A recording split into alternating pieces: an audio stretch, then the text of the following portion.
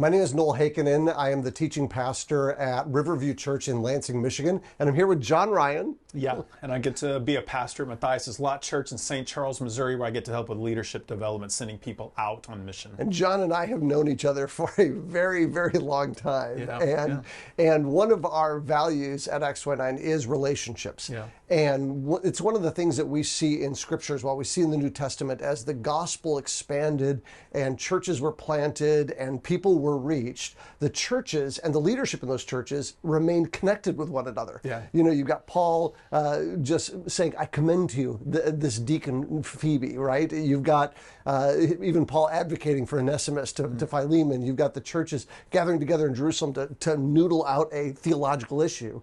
And so relationships has always been at the center of really what God is doing in his church. And so could you just tell some of the stories about how relationships and church planting have been interconnected in your experience? Yeah.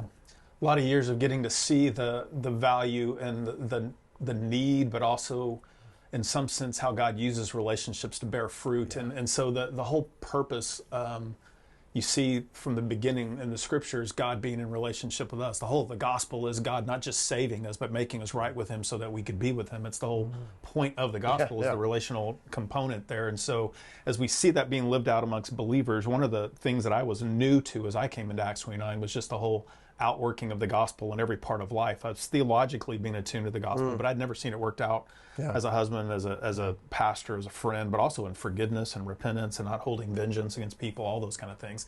And I get to see that up close. Like for the first 4 or 5 years of my life, as I was theologically learning some things about the gospel, I was also watching it up close in men's lives who were older than me, even younger than me, across the table from me, who lived far away, Canada or all over the place, far away as Michigan for me, and even the places like Texas, right, where you're wondering, does the gospel always show up in the same way in the same places in Canada and California? Right. And he does, and in people's lives. And so I get to see that up close. Secondly, I would say I get to see the gospel through relationships as in the area of loss. There's just, over the course of 18 years, there's just a lot of loss. Yeah. We've lost people to death.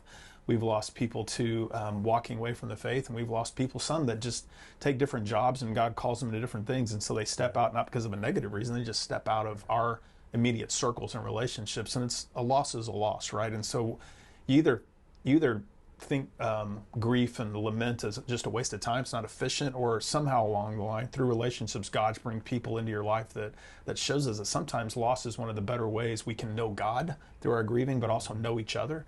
And that's one of the things I've seen in just my time at Acts 29 is how God has grown men and women closer to him as people have come alongside them in their loss. Oh, so good. Third thing, I guess, is kind of what we're about, is planting churches. You can plant churches without relationships, but it seems very difficult and very unlike the Gospels, as we were talking about. And so it's beautiful to see when you get to see one guy that you meet and you know him for 3 or 4 years, and then you get to see relationships come around him. And a guy I'm thinking in particular, we got to see a bunch of churches together in a cohort learning setting where all these guys are embedded in different churches, but then we're coming together to actually train guys and be with guys and then send those guys out. And the amount of relational change and connection that happens over 2 or 3 or 4 years like that is just phenomenal. It bears fruit in the church, it bears fruit in their marriage, and it bears fruit in your life, even as you're getting to be a part of that. It's been And that happens not just regionally, but nationally and globally. Yeah. I can think of one time where there was a church in North Carolina, and they had a guy that needed a residency, but it wouldn't fit in their church for context reasons. So they sent him all the way up to Michigan to us. And then a guy from our church ended up in that residency at that church in North Carolina and ended up planting out at a military base. And really, these relationships allow for us not to feel like we're alone, but to be partnering together for churches, for planting churches, not just here nationally, but globally, because that's what we're all about at Acts 29, is planting churches worldwide.